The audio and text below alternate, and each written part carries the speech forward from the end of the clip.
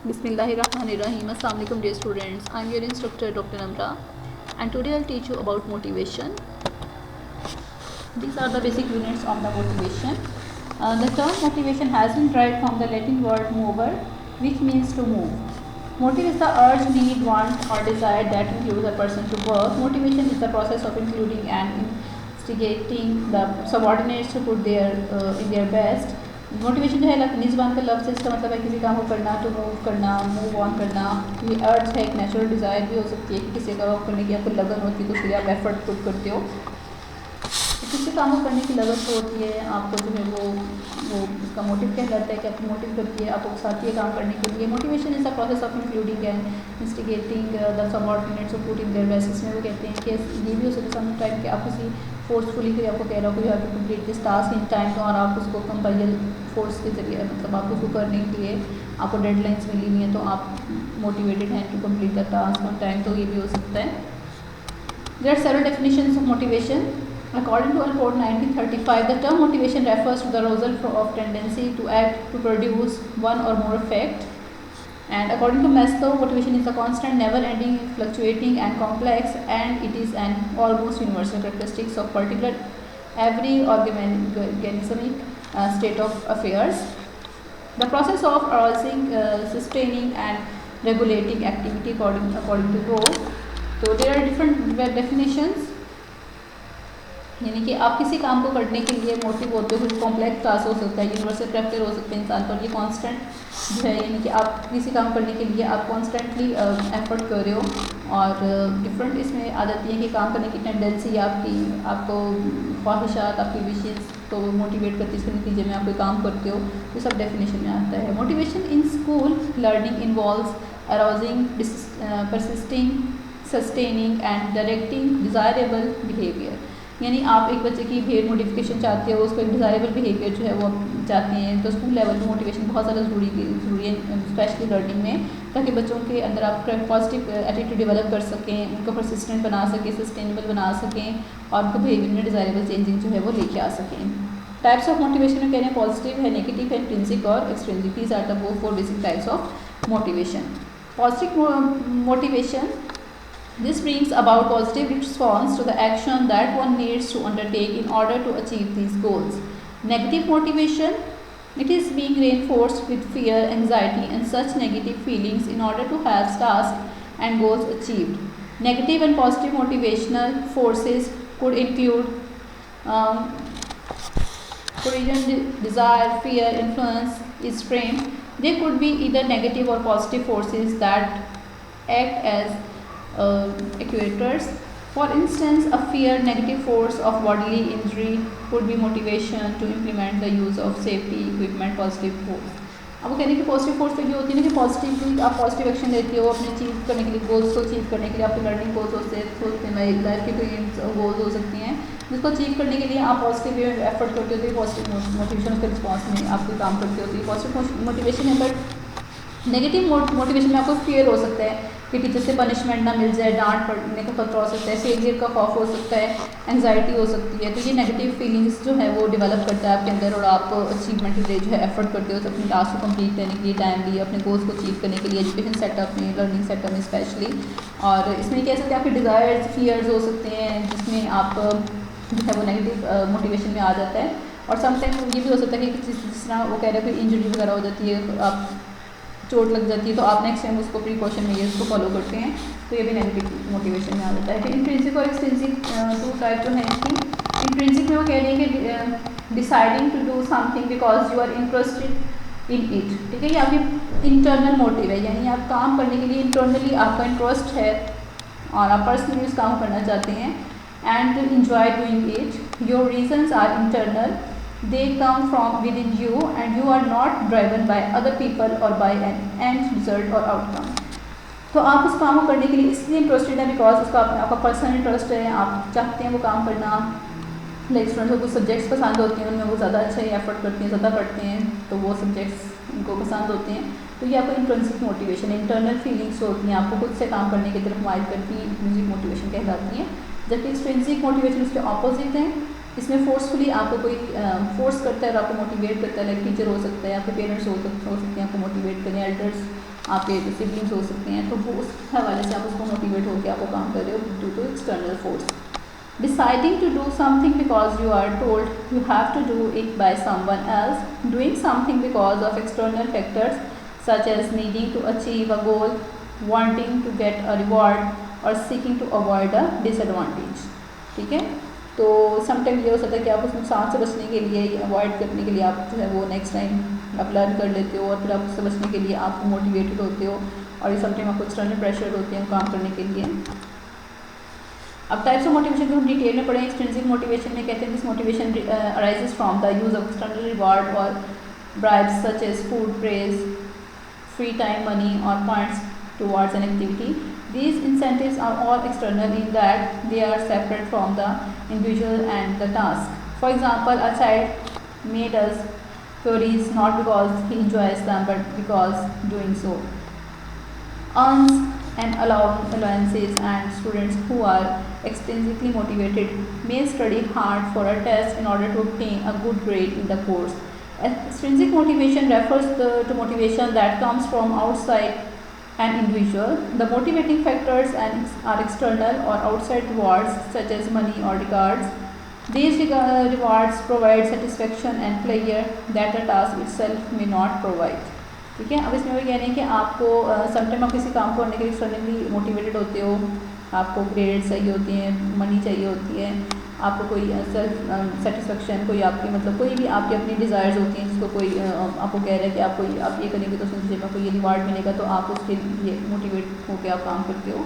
और education setup में specially कह रहे हैं कि बच्चे इसको इसलिए करते हैं क्योंकि वो अच्छे ग्रेड्स आते हैं और वो उस चीज़ को इन्जॉय करते हैं, दे वांट टू डू, और इंडिविजुअल लेवल पे आपको टास्क दिए जाएँ तो स्टूडेंट्स इस तरह मोटिवेटेड होते हैं. तो सब ये एक्सट्रिंसिक मोटिवेशन कहलाती है. Intrinsic motivation में है the motivation arises from internal forces such as child's natural feeling of curiosity, exigent confidence and satisfaction when performing a task.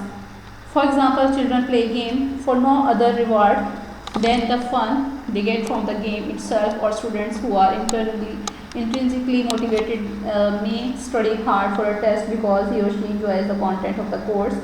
Intrinsic motivation refers to motivation that is driven by an interest or enjoyment in the task itself and exists within the individual rather than relying on any external pressure. ठीक है, अब intrinsic में क्या आता है कि आपका internal आपकी फीलिंग है और आप मोटिवेटेड है उस काम करने के लिए. जैसे मैंने कहा कि सब्जेक्ट वो कह रहे हैं कि स्कूल लेवल बच्चे किसी सब्जेक्ट को कंटेंट पसंद होता है, कुछ सब्जेक्ट आपको पसंद होते हैं, आप वो सब्जेक्ट को ज़्यादा स्टडी करते हो. ठीक है, कुछ स्टूडेंट्स को मैथमेटिक्स पसंद होता है, किसी को कंप्यूटर पसंद है, किसी को स्टैटिस्टिक्स पसंद है और किसी को बायोलॉजी पसंद है, तो वो अपने फेवरेट सब्जेक्ट को ज़्यादा स्टडी करते हैं. वो इंट्रिंसिक मोटिवेशन में आ जाता है कि आप किसी एक्सटर्नल फोर्स के बगैर खुद से इंजॉय करते हो, अपनी क्यूरियोसिटी होती है, अपनी फीलिंग्स होती हैं इंटरनल, और आप उसको काम को कंप्लीट करते हो. Why motivation in education important. अगर हम इसकी इंपॉर्टेंस को देखिए एजुकेशन में, तो motivation is the state that can maintain students attention and behaviour as well as provide with more energy to lead task to completion. किसी टास्क को complete करने के लिए स्टूडेंट्स को जो मोटिवेशन होती है, जो एनर्जी होती है, वो मोटिवेशन कहलाती है स्पेशल एजुकेशन सेटअप में. Thus it can help sustain activities over a period of time. In education, motivation can have a variety of effects on students' behavior, preferences and results. Students के results, preferences जो हैं अच्छे grade लेने के लिए effort करते हैं. Variety of activities को आप इंक्लूड कर सकते हैं, पार्ट बना सकते हैं एजुकेशन का, करिकुलम का, क्लास को इफेक्टिव बना सकते हैं अपनी लर्निंग को. स्टूडेंट्स प्रेफरेंसेस सेट कर सकते हैं, क्राइटेरिया सेट कर सकते हैं, और अच्छे ग्रेडिंग्स के लिए, अच्छे मार्क्स के लिए रीइंफोर्समेंट दे सकते हैं, बच्चों को रिवार्ड दे सकते हैं. तो उसके लिए बच्चे एफर्ट करते हैं. तो इसलिए एजुकेशन में बहुत ज़्यादा ज़रूरी है ताकि बच्चे अच्छी लर्निंग और आउटकम जो है वो रिप्रेजेंट कर सकें at the end of the instruction, at the end of the programme. For instant motivation can help us direct our attention towards tasks that need to be done, allow us to do these tasks in shorter periods of time as well as maintain attention during a longer time, minimize distractions and resist them better, affect how much information we retain and store, influence the perception of how easy or difficult tasks can appear. ठीक है, तो कहने का difficult, जैसे आप किसी destruction को minimise करने के लिए बच्चों को रेनफोर्स दे सकते हो और उनको मोटिवेट कर सकते हो. सम टाइम टास्क के लिए आप शॉर्ट टाइम होता है तो बच्चों को मेंटेन कर सकते हो ताकि आप लॉन्ग टाइम के लिए प्रिपेयर करते हो. और सम टाइम उनकी परसेप्शंस क्या होती हैं और डिफ़िकल्ट टास्क को आप उनके सामने ईजी बना कर पेश कर सकते हो ताकि बच्चे को मोटिवेट हों और उनको जो है आप ईजी फिनोमेना में उनकी टेंशन को ग्रैप्स करने के लिए उनकी. ठीक है, आपको ज़रूरत होती है सामने को डायरेक्ट करने के लिए मोटिवेशन की। There are several factors that influence students' motivation in education. Class and curriculum structure. When students sense or see that classes follow a structure and the curriculum and classes material have been prepared beforehand, it provides them with a greater sense of security. The feeling of security is one of the basic needs when they are provided in learning environment. It allows students to fully focus on the learning material. देखिए वो कह रहे हैं classroom environment और curriculum बहुत ज़्यादा important है कि स्टूडेंट्स के एज के साथ उनकी नीड्स इंटरेस्ट के अकॉर्डिंग बिल्डअप किया गया। और क्लासरूम एनवायरनमेंट ये चीज़ें चीज़ों को सेंस ऑफ सिक्योरिटी देती हैं और फीलिंग ऑफ सिक्योरिटी उनको ज़्यादा मोटिवेट करती है एक learning conducive learning environment create करने के लिए, ताकि बच्चे कॉन्सेंट्रेट करके अपने लर्निंग पीरियड को फोकस कर सकें। Teachers' behavior and personality is also more important element to motivate students towards education. If a student has a negative emotion such as fear or disliking towards their teacher, that can negatively affect their attitude towards the subject as a whole. If a teacher shows a preferences towards certain students or uses humiliating language, that can lower their motivation in education.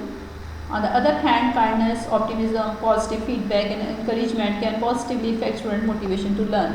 तो कहने का teacher बच्चों को degrade करेंगे, abuse language use करेंगे या उनको इस तरह के वर्ड या सेंटेंसेस यूज़ करेंगे जिससे वो डिस्करेज हो, तो डेफिनेटली उनकी एजुकेशन की मोटिवेशन जो है लेवल लो हो जाएगा। But on the other hand अगर टीचर बच्चों को पॉजिटिव वे में उनको रीइंफोर्स करें, उनको अप्रिशिएट करें, पॉजिटिव फीडबैक दे, अगर उन्होंने कोई बच्चों को वॉर्न भी करना है तो नेगेटिव रेनफोर्समेंट यूज़ करें कि नेक्स्ट टाइम आप ऐसा नहीं करेंगे दिस एंड दैट, तो पॉजिटिवली वो बच्चों पे इफेक्ट करेगा और बच्चे जो है वो लर्निंग की तरफ नेचुरली मोटिवेट हो जाएंगे। और उसकी पर्सनालिटी बिहेवियर बहुत ज़्यादा मैटर करता है एजुकेशन में बच्चों की लर्निंग को बूस्ट करने के लिए, उनको मोटिवेट करने के लिए। Teaching methodology is one of the essential element. Teacher must use the different teaching strategy methodology according to the nature and desire of the curriculum. ठीक है, जो आपके सब्जेक्ट की डिमांड है उसके लिए आपको डाइवर्सिटी आप यूज़ करें, डिफरेंट मेथोडोलॉजी को यूज़ करें ताकि बच्चे जो हैं वो ज़्यादा मोटिवेटेड हों, डिफरेंट टीचिंग टेक्निक्स को मुतारफ़ भी हों और उसको वो इन्जॉय भी करें अपनी लर्निंग को। फिर लर्निंग एनवायरनमेंट जो है आपका बहुत ज़्यादा वो लर्निंग एनवायरनमेंट को आपको इंटरेस्टिंग बनाएं, बच्चों के साथ निगोशिएट भी करें, डिस्कशन भी करें, बच्चों से फीडबैक लें ताकि आपको उनके नॉलेज लेवल का पता चले और उनका ऐसे क्लाइमेट एनवायरनमेंट हो जिसमें बच्चे फियर या एंजाइटी डिप्रेशन महसूस ना करें, बल्कि वो वेल ऑर्गेनाइज हों, एक अच्छा उनके साथ हेल्दी पॉजिटिव रिलेशनशिप डेवलप करें टीचर, ताकि बच्चे एक अच्छे हेल्दी एनवायरनमेंट में लर्निंग कर सकें। बच्चों की असेसमेंट बहुत ज़रूरी होती है क्योंकि असेसमेंट जो है वो समटाइम स्टैंडर्डाइज टेस्ट लेते हैं, MCQs, short question, maths, different तरह के हम उनसे उनकी असेसमेंट टेक्निक्स को हम अडॉप्ट करते हैं। तो बेसिकली बहुत ज़रूरी होती है एंड ऑफ द इंस्ट्रक्शन हम ये देखते हैं कि बच्चे ने भी हायर ऑर्डर स्किल्स में डेवलप की हैं या किस लेवल तक उन्होंने कॉन्सेप्ट्स को क्लियर कर लिया है। और हम असेसमेंट नहीं करेंगे तो टीचर को आइडिया नहीं होगा कि बच्चों को उनमें इंप्रूवमेंट क्या हो सकती है, प्रोग्राम की स्ट्रेंथ और वीकनेस क्या हो सकती हैं। So assessment process is very essential to motivate student towards learning. There are different theories of motivation. Basically यहाँ पे हम बिहेवियरल पर्सपेक्टिव, ह्यूमनिस्टिक पर्सपेक्टिव और कोग्निटिव पर्सपेक्टिव को हम डिस्कस करेंगे। 3 मेन इसके पर्सपेक्टिव हैं, बिहेवियरल, ह्यूमनिस्टिक और कोग्निटिव एंड सोशल। ठीक है, बिहेवियर पर्सपेक्टिव में वो कह रहे हैं कि for behaviourist motivation is simply product of effective contingent reinforcement, so they emphasize the use of extrinsic reinforcement to stimulate students' task engagement. The reinforcement can take the form of praise, a smile, and early mark or loss of privilege such as missing out on sport.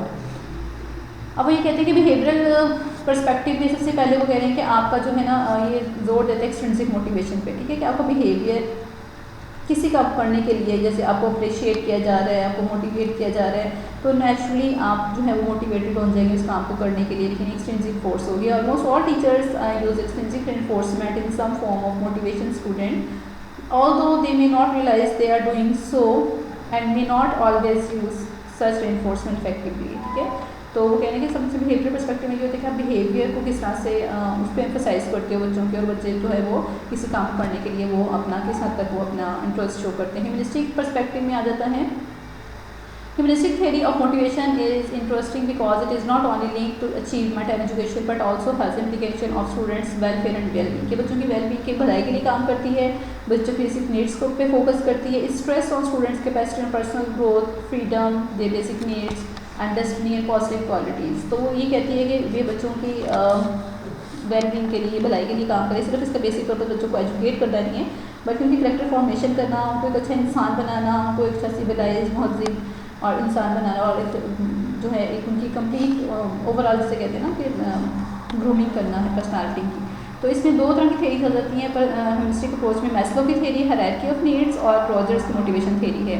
Maslow की जो theory है सबसे पहले इसमें वो ये कह रहे हैं कि मैस्लो की 1954 में he perceived motivation in terms of hierarchy of needs that can also conceive as motives according to Maslow model. Once basic physiological needs have been satisfied, efforts are directed towards achieving needs associated with safety, love and belongingness and self-esteem. Maslow में कि जो है कि need है वो कहने हैं कि जब तक बच्चे की बेसिक नीड्स कंप्लीट नहीं होती, फुलफिल नहीं होती, तो वो आगे उसकी लर्निंग स्टार्ट नहीं होती। ठीक है, तो वो कह रहे हैं कि पहले उसकी सबसे पहले इंसान की ह्यूमन बीइंग की जो है फिजियोलॉजिकल नीड्स होती हैं जिसमें उसकी बेसिक नीड्स आ जाती हैं। उसके बाद नेक्स्ट स्टेप बाय स्टेप जो है बाकी सारी जो है वो नीड्स पे डिपेंड करती है। जैसे सबसे पहले फिजियोलॉजिकल नीड में ऐसे फूड आ जाता है, शेल्टर आ जाता है, क्लोथिंग आ जाती है। ठीक है, जब तक इंसान की बेसिक नीड पूरी नहीं होगी, आपको भूख लगी होगी, आपको खाना पीना रहने के लिए आपको नई चीज़ें चाहिए होंगी, प्रोवाइड नहीं होगी, तो आप सर्वाइवल नहीं कर सकते हो। सर्वाइवल के बाद नेक्स्ट स्टेजेस आ जाती हैं, तो लर्निंग का जो अमल है वो बाद में स्टार्ट होता है कि आपको एक लाइफ लॉन्ग प्रोसेस है लर्निंग का। तो सेफ्टी मेजर्स आ जाती हैं। सेफ्टी में सेंस ऑफ सिक्योरिटी है कि बच्चे सेंस सिक्योरिटी फीलिंग अगर उनको होगी, चाहे वो स्कूल एनवायरनमेंट है या कहीं पे भी है, तो वहाँ पे उसकी सेंस ऑफ सिक्योरिटी होगी तभी वो लर्निंग जो है उनकी स्टार्ट हो सकती है। अदरवाइज अगर वो किसी एनवायरनमेंट में सिक्योर फील नहीं करें, इनसिक्योर फील करें, तो वो किस तरह से कॉन्सेंट्रेट करके स्टडी कर सकते हैं। ठीक है, तो हायरार्की नीड्स जो है ये बहुत ज़्यादा लर्निंग जो मोटिवेशन की थेरी है ये बहुत ज़्यादा मोटिवेशन के साथ जो है वो इंटरलिंक है एजुकेशन सेटअप में। फिर सोशल इंटरेक्शन बच्चों का आता है थर्ड स्टेज पे, यानी कि फ्रेंड्स, पीयर, उनके कजन्स, उनके फेलो, नेबर, उनके क्लासमेट जो हैं, ग्रुप मेंबर्स। सोशल इंटरेक्शन आ जाता है जो बच्चों को जो है वो बूस्ट करता है लर्निंग की तरफ अपने, क्योंकि हर इंसान अपनी एज ग्रुप के लोगों के साथ घुलना मिलना पसंद करता है, नेचुरल होता है। फिर सेल्फ एस्टीम फीलिंग्स हैं जिसमें बच्चों को जो है वो सेल्फ कॉन्फिडेंस, अपने आप को वो अगर वो इंकरेजमेंट चाहता है, अप्रिसिएशन चाहता है, कोई अच्छा काम करता है, डेफिनेटली वो चाहेगा कि उसको अप्रिशिएट किया जाए। फिर सेल्फ एक्चुअलाइजेशन है। सेल्फ एक्चुअलाइजेशन जो लास्ट स्टेजेस में ये है कि आप किसी आप करेक्टर बिल्डिंग कर लेते हो, किसी लास्ट स्टेज पे पहुंच जाते हो, लेकिन प्राइड है और मेंटल ग्रोथ है, यानी आप कंप्लीट कर लेते हो अपने डिजायर्ड टास्क को एफर्ट करने के बाद। ये लास्ट स्टेज है इसकी हायरार्की नीड की। तो ह्यूमनिस्टिक पर्सपेक्टिव में नेक्स्ट हमारे पास कार्ल रोजर की मोटिवेशन थ्योरी आ जाती है। Carl Roger ideas are also influential in discussing the nature of motivation and its impact to human life. Roger aroused that behavior was influenced by the individual's perception of both personal and environmental factors. People should listen of their inner voices or innate capacity to judge what was good for themselves rather than relying on feedback from external sources. Carl Roger का कहना है कि जो इंसान जो है human being है उसका जो बिहेवियर है वो इन्फ्लुएंस करता है अपने सराउंडिंग से या लोगों के इंट्रैक्शन से, एनवायरमेंटल फैक्टर से, पर्सनल इंट्रैक्शन से। तो जो आपका बिहेवियर है वो आप कितना मोटिवेटेड है और आपकी नेचर जिस आप सिनेरियो में आप रह रहे हैं, आपकी इनर एबिलिटीज़ क्या है, कैपेबिलिटी क्या है। बेसिकली जो ह्यूमनिस्टिक पर्सपेक्टिव है ना ये सेल्फ डिस्कवरी के बारे में है कि आप अपनी ज़ात को कितना एक्सप्लोर करते हैं, अपने पर कितना रिलाई करते हो, अपनी इनर एबिलिटीज़ को, कैपेबिलिटी को इतना बेहतर तरीके से जानते हो। तो अपनी इनेट कैपेबिलिटी पे इन्हिसार करते हुए, ब्रेक आउट लाते हुए इंसान कितना लर्न करता है, इसके साथ साथ सोसाइटी एनवायरनमेंट में बहुत ज़्यादा मैटर करता है। कोग्निटिव पर्सपेक्टिव में हम कह रहे हैं 2006 में कहते हैं the cognitive perspective of motivation focus on students thought guide their motivation. It focus on students internal motivation to achieve their attribution perception about the cause of success or failure and their beliefs that they effectively control their environment. It also stress on the importance of goal setting, planning and monitoring progress towards a goal. Achievement motivation इसके अंदर और Vanern की attribution theory है इसमें जो दो main आ जाती हैं। ठीक है, वो कहने कि आपका परसेप्शन क्या है फेलियर या सक्सेस के लिए, उसके लिए आप जो है वो अपना टास्क अपनी इंटरनल मोटिवेशन होती है, आप चाहते हो सक्सेस करना, कोई भी फेल होना नहीं चाहता। तो आपका सेल्फ कंट्रोल, आप इफेक्टिवली अपन वो अपने इमोशंस को कंट्रोल करते हैं, आपने मोटिवेट करते हो, प्लानिंग करते हो, सेल्फ ऑर्गेनाइज, सेल्फ रेगुलेशन, तो सब चीज़ें आ जाती हैं कॉग्निटिव पर्सपेक्टिव में। इसमें अचीवमेंट मोटिवेशन ये है, इसमें सबसे पहले जॉन एटिक्सन एंड डेविड जो है वो डिस्क्राइब करते हैं the needs for the achievement, a stable personality characteristics that have a high need for achievement that drives some individual to strive for success. Students who have a high need for achievement motivation to become involved in an activity if they believe they will be successful. तो ये कह रहे हैं कि इसमें एक stable personality आती है, फिर कैरेक्टरिस्टिक्स आती है इंडिविजुअल पर्सन के, वो किसी काम को अचीवमेंट की तरफ वो कितना ज़्यादा एफर्ट कर रहा है, आपकी पर्सनल इसमें मोटिवेशन कितनी है, किसके क्या एफर्ट्स कर रहे हो, आपके पर्सनल बिलीव्स क्या हैं, और आप इसके लिए आप रिस्क टेकर भी हो सकते हैं, आप उससे अपनी सक्सेस को हासिल करने के लिए आप जो है वो रिस्क भी ले सकते हो, जिसमें आपको 50-50 फेलियर सक्सेस का भी चांसेस हो सकते हैं इक्वल। और इसमें आप अवॉइड या आप फेलियर को अवॉइड करने के लिए भी सक्सेस की तरफ जो है वो एफर्ट करते हो, तो सब ये अचीवमेंट मोटिवेशन में आ जाता है। फिर विनर की एट्रीब्यूशन थ्योरी है, इसमें वो कहते हैं he concern with the way in which an individual explanation of success and failure influence that individual subsequent motivation and behavior. Students may attribute success or failure to different causes depending on their beliefs about who and controls their success or failure। ठीक है, इसमें वो कह रहे हैं कि आपका जो अपना कंसर्न है, अपने एक्सप्लेनेशन क्या है सक्सेस और फेलियर के हवाले से, उसके आप अपनी बिहेवियर मॉडिफिकेशन करते हो, अपने एफर्ट्स पुट करते हो, और डिफरेंट तरह से वो डिफरेंट रीजन डिफरेंट कॉज हो सकती हैं, आपके पर्सनल बिलीव्स हो सकती हैं जो आपकी फेलियर को कंट्रोल करती है, आपको सक्सेस पर मोटिवेट करती हैं। ठीक है, there are 3 important elements to regarding this way. If students interpret the cause of behavioral outcome, they are important elements are lotus of control है, controllability है और stability है। ठीक है, फिर इसमें implications से हम बात करें तो behavioral approach में कह रहे हैं कि remember that reinforcement to increase desired behavior motivates further learning on this type. Recognize that students' motivation is shaped by previous reinforcement experiences. Note that students' maladaptive attribution of success and failure including the helpless can be modified। क्या वो कह रहे हैं कि बच्चे का past experience भी हो सकता है जिसकी बेस पे वो रेनफोर्समेंट हासिल करता है, मोटिवेट होता है और किसी काम को कंप्लीट करने के लिए अपना एटीट्यूड डेवलप करता है, एफर्ट्स करता है, इम्प्लीकेशन अप्रोच डेवलप करता है जिसमें उसकी बिहेवियर मॉडिफिकेशन आ जाती हैं और खुद को वो उसके मोटिवेट करता है to complete the desire task, desire goal. ठीक है, कॉग्निटिव अप्रोच में कह रहे हैं understand underlying the factors in students behaviour, studying students carefully and using a variety of information sources to discover why students behave as they do. Accept that students are not always motivated to be successful and that the risk of attaining to success may be overwhelmed by the needs to avoid failure.